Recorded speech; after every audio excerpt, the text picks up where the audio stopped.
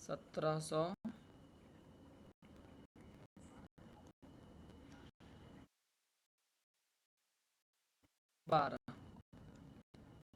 1781।